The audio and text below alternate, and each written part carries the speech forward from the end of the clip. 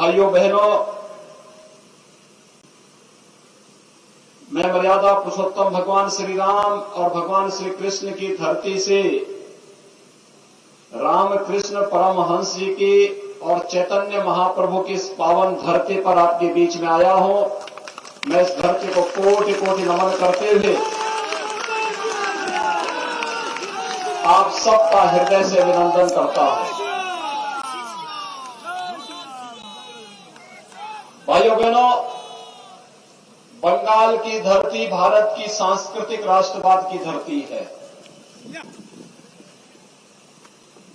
जब भी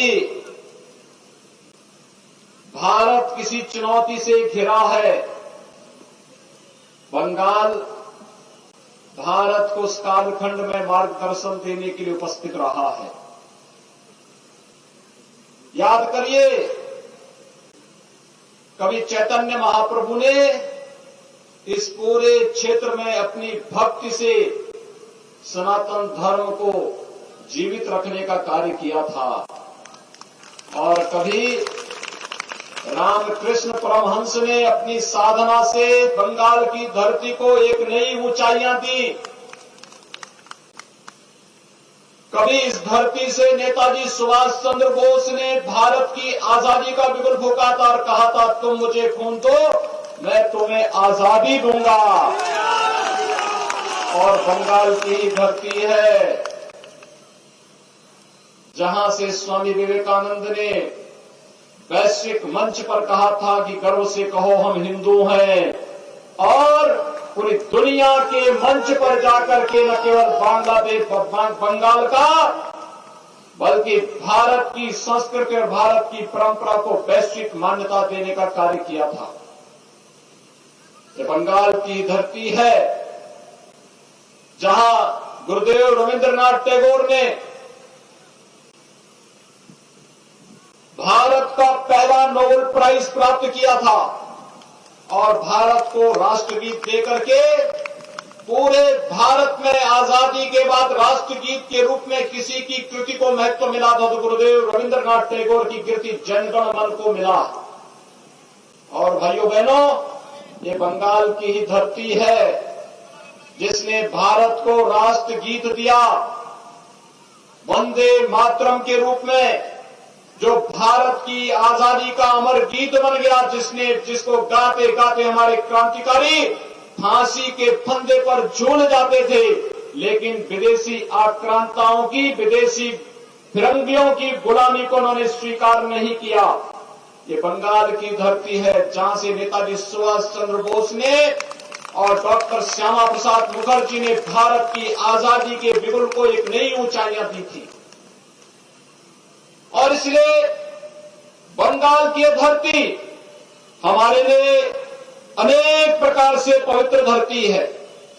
यह धरती हमारे लिए इसलिए भी महत्वपूर्ण है कि सागर में मायापुर, नवद्वीप, दक्षिणेश्वर, कालीघाट, तारापीठ, बंकेश्वर और कपिल मुनि के पवित्र आश्रम इसी बंगाल की धरती पर है।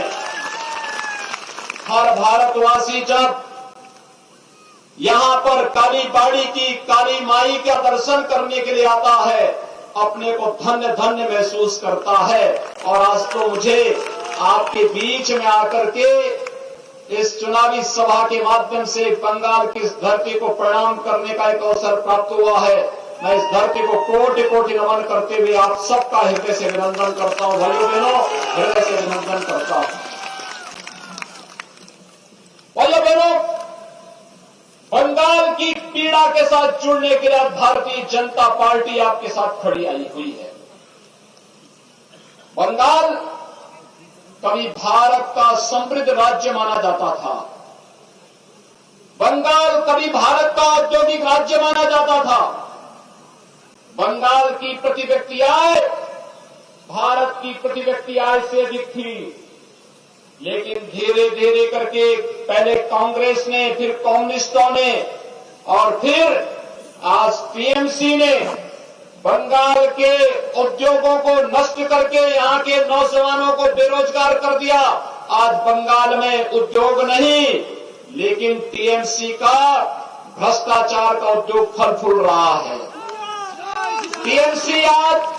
टीएमसी के गुंडे किस तरीके से यहां पर अराजकता और गुंडागर्दी का माहौल पैदा कर रहे हैं, ये किसी से छुपा हुआ नहीं है। और यही कहने के लिए मैं आया हूं, अभी 8 दिन पहले भारतीय जनता पार्टी के एक विस्तारक की निर्मम हत्या यहां पर हुई है, और हम आपसे कहने के लिए आए हैं भाइयों बहनों, ज्यादा दिन नहीं, कुल मिलाकर के 40 दिन का समय है, और 40 दिन के बाद भी आप देखना कि 35 दिन के बाद उल्टी गिनती प्रारंभ हो जाएगी टीएमसी के गुंडों की, क्योंकि तब बंगाल के अंदर तब टीएमसी की सरकार नहीं, भारतीय जनता पार्टी की सरकार होगी, और इन सभी गुंडों को ढूंढ करके कानून के शिकंजे में डालने का कार्य किया जाएगा। और यही आश्वासन देने के लिए आज हम सब आपके बीच आए हैं। यहां पर न रोजगार की व्यवस्था दी, न नौकरी की व्यवस्था दी, उद्योग धंधे बंद हो गए। टीएमसी के गुंडे तोलाबाजी करके विकास के लिए आने वाले पैसे को जबरन हड़पने का काम करते हैं, और यहां की जनता विकास के नाम पर देखती रह जाती है। विगत वर्ष यहां पर एक साइक्लोन आया था, प्रधानमंत्री मोदी जी ने 1000 करोड़ रुपए की घोषणा यहां के लोगों को सहायता देने के लिए किया, लेकिन पैसा टीएमसी के गुंडों ने हड़प लिया। जनता के पास पैसा गया ही नहीं, राहत पहुंची ही नहीं। सरकार ने जनता के सामने ये पहुंचने ही नहीं दिया। इसका मतलब टीएमसी का विकास में कोई रुचि नहीं। ममता दीदी पिछले 10 वर्षों से मुख्यमंत्री है, और भाइयों बहनों, मुख्यमंत्री के रूप में 10 वर्षों में उन्होंने बंगाल के अंदर कितने लोगों को मकान दिया है, प्रधानमंत्री आवास कितने लोगों को दिया है, ये पूछा जाना चाहिए। अकेले उत्तर प्रदेश में 4 वर्ष में भारतीय जनता पार्टी की सरकार ने 40 लाख गरीबों को एक आवास यूपी के अंदर दिया है। 1,38,00,000 गरीब परिवारों को निःशुल्क विद्युत के कनेक्शन दिए हैं। 1,35,00,000 गरीब परिवारों को रसोई गैस का निःशुल्क कनेक्शन दिया है। 2,61,00,000 गरीब परिवारों को एक शौचालय उपलब्ध कराया है। 6 करोड़ लोगों को आयुष्मान भारत में 5 लाख रुपए की स्वास्थ्य बीमा का, आरोग्यता का बीमा कवर उपलब्ध करवाया है। और भाइयों बहनों, 2,42,00,000 किसान परिवारों को 6,000 रुपए सालाना प्रधानमंत्री किसान सम्मान निधि देने का काम किया है। मैं पूछना चाहता हूं ममता दीदी से, आखिर ये लाभ बंगाल की जनता को क्यों नहीं मिल पा रहा है? अगर उत्तर प्रदेश की जनता को ये लाभ मिल पा रहा है, तो फिर बंगाल की जनता को ये लाभ क्यों नहीं मिल पा रहा है? कारण साफ है, टीएमसी की सरकार का लोक कल्याण में, जन कल्याण में, जनता के हितों पर कोई ध्यान नहीं है। ममता दीदी इसमें कोई रुचि नहीं लेती, उनका विकास में कोई रुचि नहीं। न हाईवे, न रेलवे, न एयरपोर्ट, न एम्स, न मेडिकल कॉलेज, ये कुछ भी दीदी नहीं बनने देगी यहां, क्योंकि दीदी को तो एक ही काम करना है। अब तो दीदी इस भगवे कपड़े से भी घबराने लग गई है।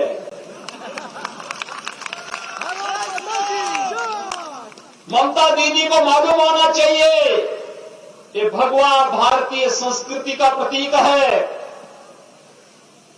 आप सामने देख रहे होंगे भवन, और सामने एक और भवन, ये भी भगवे रंग से रंगे हुए हैं। ये भारतीय परंपरा की प्रतीक है। यही भगवा था जिसे लेकर के चैतन्य महाप्रभु भक्ति का गीत गा करके गली गली में जाकर के भक्ति का संदेश देकर के व्यापक जन जागरूक करके उस कालखंड में बंगाल को बचाने का काम किए थे। यही भगवा था जिस भगवे को पहन करके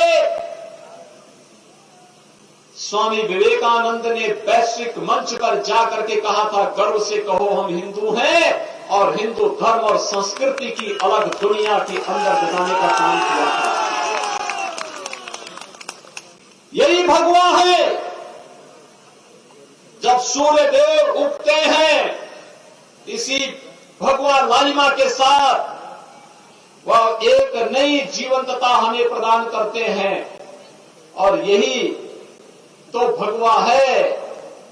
जैसे हम जब अष्टमी के दिन मां काली की पूजा करते हैं, तो मां काली को भी यही हम अर्पित करते हैं, भगवा की परंपरा पर। और अब तो ममता दीदी को भगवा से भी चिढ़ हो गई, और वह भगवान राम से भी चिढ़ने लग गई है। अब वो कहती है कि जय श्री राम नहीं बोला जाना चाहिए।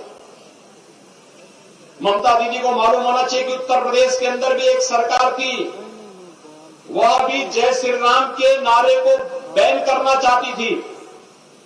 उत्तर प्रदेश की जनता ने उस पार्टी की जबान को बंद कर दिया है, और आज उत्तर प्रदेश के अंदर भारतीय जनता पार्टी की सरकार है। जब भी श्री राम के जय जयकार करने पे कोई सरकार रोक लगाएगी, तो जनता भाजपा को फिर सत्ता में लेकर के आएगी। और यही तो हम कहने के लिए आए हैं। बंगाल के अंदर हर एक ओर से एक ही आवाज आ रही है, और वह आवाज है कि भाजपा भाजपा भाजपा। मोदी जी के नेतृत्व में आज पूरा भारत एक भारत श्रेष्ठ भारत की परिकल्पना को साकार कर रहा है। आखिर इसी बंगाल की धरती पर तो डॉक्टर श्यामा प्रसाद मुखर्जी जी का जन्म हुआ था, और डॉक्टर श्यामा प्रसाद मुखर्जी ने इसी बंगाल की धरती से एक नारा दिया था, और वह नारा दिया था, एक देश में दो प्रधान, दो निशान, दो विधान नहीं चलेंगे।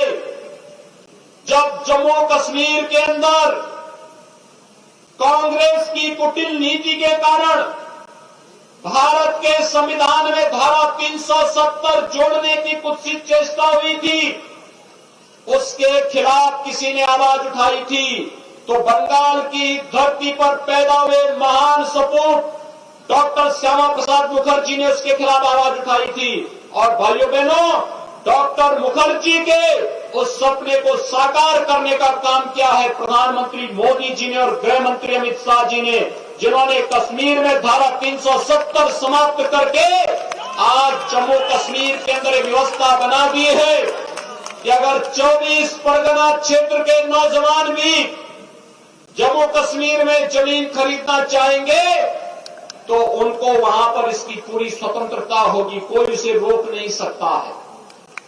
भाइयों बहनों, आज देश के अंदर आतंकवाद के खिलाफ लड़ाई कैसे लड़ी जानी चाहिए, ये लड़ाई को लड़ने का कार्य प्रधानमंत्री मोदी जी के नेतृत्व में देश लड़ रहा है। पाकिस्तान भारत के अंदर घुस करके पहले आतंकी घटनाओं को अंजाम देता था, लेकिन आज जब भारत के बहादुर जवान पाकिस्तान के अंदर घुस करके सर्जिकल स्ट्राइक को अंजाम देते हैं, आतंकी कैंपों को नष्ट करते हैं, तो पाकिस्तान की भी झिग्गी बन जाती है। पाकिस्तान भी आज वहां पर अब स्वयं बचाव की मुद्रा में खड़ा होता है, और यह कार्य करके दिखाया है भारतीय जनता पार्टी की मोदी जी के नेतृत्व की सरकार ने। जब दोनों सरकारें एक होती हैं, केंद्र की सरकार और प्रदेश की सरकार, तो डबल इंजन का काम करती है। डबल इंजन, ये डबल इंजन, केंद्र में मोदी जी और बंगाल में भी बीजेपी, ये जब दोनों एक साथ चलेंगे तो बंगाल के अंदर विकास चलेगा, नौजवानों को रोजगार और नौकरी मिलेगी, किसानों को किसान सम्मान निधि मिलेगा, माताओं और बहनों को भी सम्मान मिलेगा, मकान मिलेगा, आवास मिलेगा, जन सुविधाओं का लाभ मिलेगा, गरीबों को राशन मिलेगा, मछुआरों को प्रधानमंत्री किसान सम्मान निधि की तर्ज पर एक सम्मान निधि देने का कार्य होगा और सागर के तटवर्ती क्षेत्रों में रहने वाले लोगों को उनकी बुनियादी सुविधाओं का लाभ मिलकर के उनकी आजीविका को सुरक्षित करने का कार्य होगा। और यही तो भारतीय जनता पार्टी आप सबसे कहने के लिए आई है। ये ममता दीदी नहीं करेगी। लोक कल्याण में, जन कल्याण में, विकास में उनकी रुचि नहीं है। वो तो अब भाई भतीजेवाद में पड़ गई है और भाई भतीजेवाद के कारण अब ममता दीदी का विकास में कोई रुचि भी नहीं रह गई है। अराजकता का एक नया तांडव पैदा करना चाहती है। 2 वर्ष पहले पंचायत चुनाव में कितनी हिंसा हुई थी बंगाल के अंदर। लोगों को नामांकन तक नहीं करने दिया गया था। लेकिन आज मैं आपसे इस बात के लिए आश्वासन देने के लिए आया हूं, भाइयों बहनों, आप भारतीय जनता पार्टी का समर्थन करिए। भारतीय जनता पार्टी आपकी सुख समृद्धि और उज्जवल भविष्य के साथ कदम से कदम मिलाकर के भारतीय जनता पार्टी का कार्यकर्ता आपके साथ मिलकर के कार्य करेगा। और यही आश्वासन देने के लिए आज हम सब आपके बीच में यहां पर आए हैं कि भारतीय जनता पार्टी ने श्री विकास कामिला को अपना प्रत्याशी बना करके इस सागर असेंबली कॉन्स्टिट्यूएंसी से आपके बीच में उतारा है। श्री विकास कामिला आपके बीच के एक जुझारू प्रत्याशी है। इन्होंने आपके बीच में संघर्ष किया है। इन्होंने यहां पर आकर के आपके हितों के लिए कार्य किया है और ये आने वाले समय में भी बंगाल के अंदर भारतीय जनता पार्टी का कमल चुनाव चिन्ह को लेकर के भारतीय जनता पार्टी को विजयी बनाने के लिए आज आपके बीच में यहां पर उपस्थित हुए हैं। मैं आप सबका आह्वान करूंगा, आप लोग सभी श्री विकास कामिला को समर्थन देंगे। सभी लोग सहमत हैं? इधर भी सभी लोग मेरे साथ बोलेंगे, दोनों हाथ ला करके मेरे साथ बोलेंगे। इधर भी उधर भी जो भी जहां भी है मेरे साथ बोलेंगे। जय जय श्री राम।